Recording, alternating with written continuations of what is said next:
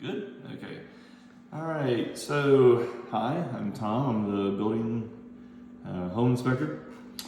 And I'm going to go over the report in the order that it's in the report. When you get the report, please do read the entire thing. First 10 pages is mostly checklist. There's some of them FYIs and just so you knows. And I want you to pick up on those. Also some helpful things such as locations of things, sizes of things, so on and so forth. Not necessarily items for correction. So they do not go in the summary, which starts on page 11. Great realtors, such as Emily behind the camera today, they know to go straight for a summary because that's the meat and potatoes. That's what you build your due diligence request off of. So we are going to go down and we're going to go over that, like I said, in the order that it's in the report. Let's see. I'm drawing a blank as I'm on video. This is awesome. All right. Monday morning. Sorry, everybody. I just lost my train of thought. So there are some pictures of things in the report. I don't take pictures of everything, just things I think will help locate, describe, explain, or give a good example of what I'm talking about. But if I think a trained professional can read my statement and know what to do, I don't generally put in a picture. I try and keep it simple. Everything in the report is the way the board would want me to say it, so their verbiage, not mine. I am a 26-year builder and general contractor, so what you're going to hear out of my mouth is going to be more of a realistic version. The board's verbiage is sometimes a little scary and not so realistic in my opinion, but I do have to put it in there the way that they tell me to.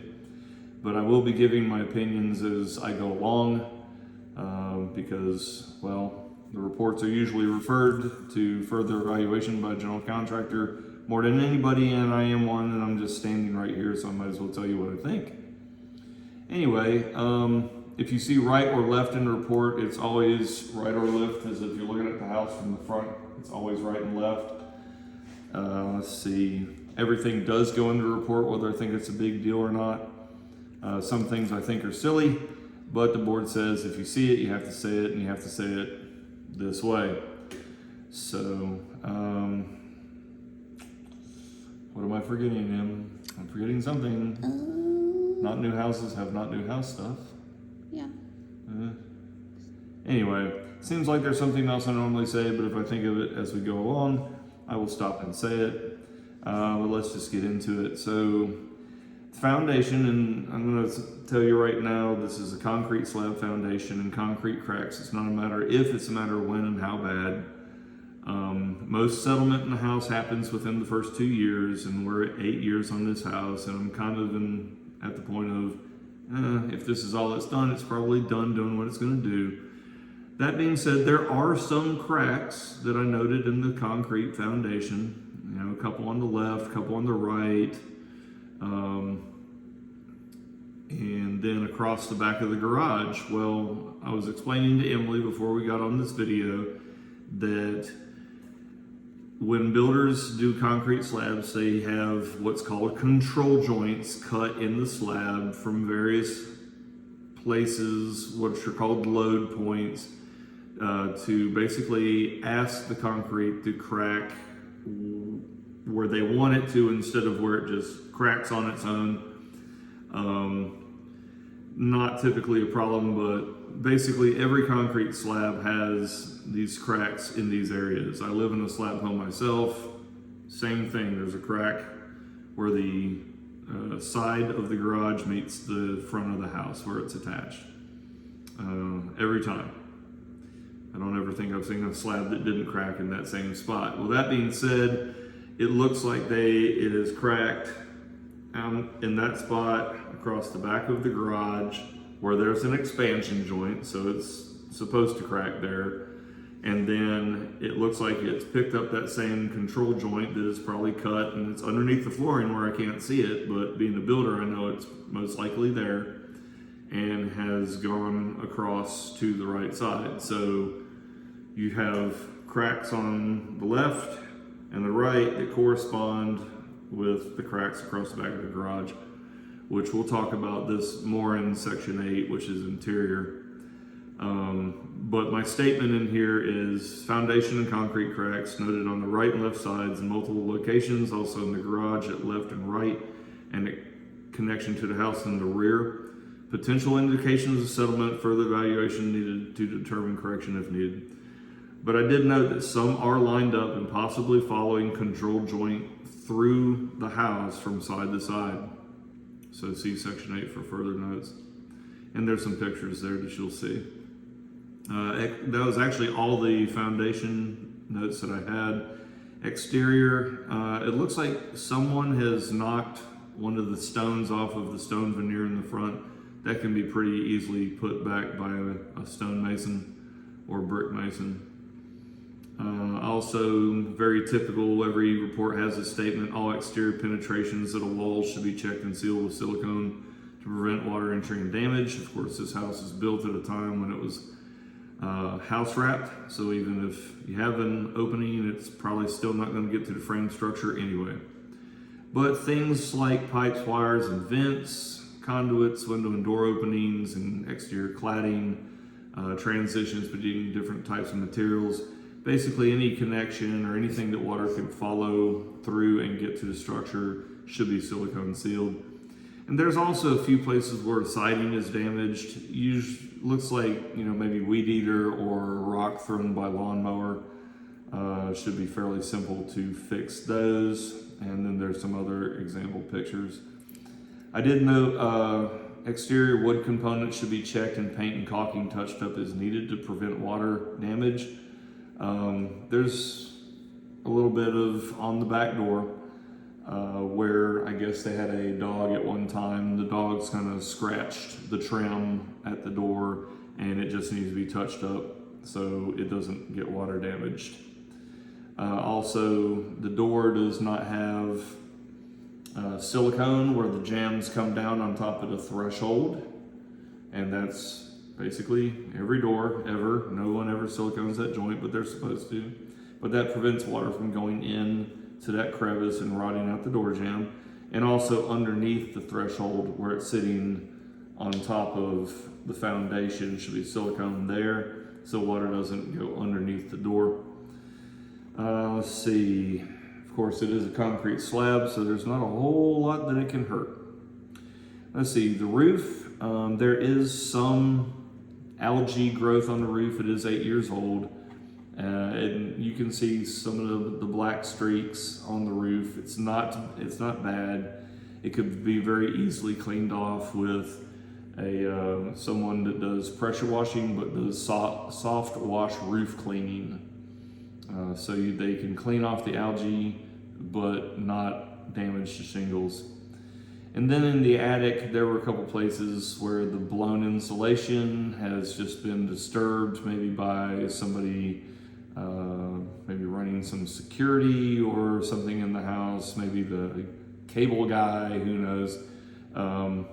But any areas that have been disturbed and left thin should just be smoothed out and fluffed up and even so you don't have energy loss through the ceiling. Plumbing, the hall bathroom, I did get a positive reading on the moisture meter at the base. Generally an indication of the wax ring seal to the drain. Having a little void in it, maybe not sealing 100%, a little water seeping by. I don't see any damage, and of course it's a concrete slab, so there's not really anything that's going to hurt. And it is a tile floor, so that doesn't really get damaged by water easily. Easy enough for a plumber to pull the toilet, fix the wax ring, and just put it back. The master bathroom shower head, the sprayer connection, it's actually the sprayer connection, is leaking where the hose is connected to the main shower head. Probably just a washer. Tried to hand tighten it, see if it was loose, but I couldn't turn it, so probably just needs a washer added to it or repaired, replaced. It's not doing any damage, it's leaking, but it's leaking into the shower, so not a lot really truly going on there. Should be an easy fix. Electrical, this is my favorite stupid statement from the board. Some bulbs noted as burnt out or missing, but they want us to say if replacement fixture still doesn't function properly, consult an electrician for repairs. most likely just a bulb. But if it doesn't work after putting the bulb in, then get an electrician to fix it. Also, the master bedroom ceiling fan speed control cord is, at first I thought it was missing, but when I turned the light on, you can see the cord is actually inside the glass, so it needs to be dropped back down through the hole to where you can grab it and change the speed of the fan. Let's see, heating and air worked very well. Heat about ran me out of the house. The fireplace isn't lit. If power, water, or gas is turned off to anything, I'm not supposed to turn it on because I don't know why it's off. It's probably off because we're coming out of a warmer time of the year. No one's living here. They probably shut it off so it wouldn't be burning gas and raising the gas bill with no one living in the house. But that should be fairly easy to relight. You could just have them light it and show you that it works.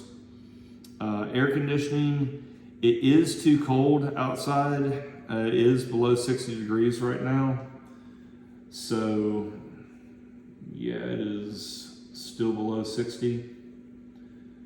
So if it's below 60 degrees outside, you're not supposed to run AC because you could damage the compressor. So I was not able to test the air conditioning. Of course, all the systems looked good. It's only 8 years old. It's good equipment. I highly expect it to work, but you could have a heat and air guy check it out, put gauges on it, and put it in test mode, see if it's going to be fine when it starts up. Air filters are dirty and should be replaced for efficiency. Not a surprise, they're always dirty. But that's an easy thing to change. And then at the compressor outside, there's what's called the line set. It's copper piping that carries Freon back and forth from the compressor to the air handler in the attic. And that insulation is a little weathered and worn and should be replaced to prevent energy loss, just energy efficiency. That's what we're looking at there. And then last section, interior. Sounds silly, but it makes sense when explained. Some door stops noted as broken or missing. You always want to put door stops in wherever a door could swing around and do damage to a surface, maybe bust a hole in the wall. Let's see. And then the master bathroom shower enclosure, there's a little thin place of glass on the right side of the door that the seals have come out of place. And the seals need to be reinstalled so that you don't have water leaking through the enclosure, and also so you can't get your finger to the cut edge of the glass, which could cut your finger. That's an injury potential. Let's see. And then in the hallway, so as you're coming through the front door and coming down the hallway, you get back towards the back side of the garage, and the hardwood floor has come apart and has split. And it just so happens that lines up with the cracks that I noted in section 1, and that's probably a control joint. You could have somebody fill that cosmetically and, just monitor it over time, see if it continues to crack. Same thing with the foundation cracks. If somebody asked me as a general contractor, what do I think about that? What should I do about that? I would probably tell them, touch it up with concrete, mortar, or something, just to fill the cracks, and then just watch it over time, see if it continues to crack. And if it doesn't, great, which it probably won't. If it does, then you would have to get somebody to take a look at it and evaluate it further. Or you could have somebody go ahead and evaluate it further, maybe get an engineer to take a look at it, but they very well may say the same thing that I do. And that is actually everything. All the appliances worked just fine, and that's the total of it. It's a pretty short report. All in all, pretty good house, just mostly nitpicky items to square away, and if you want to have those cracks evaluated further, you could do that. But that's it. If you have any questions, I'm always available to answer. If you need any recommendations, people to do work at the house or whatnot, just send me an email, and always happy to help with that as well. Thank you. Perfect. Thank you.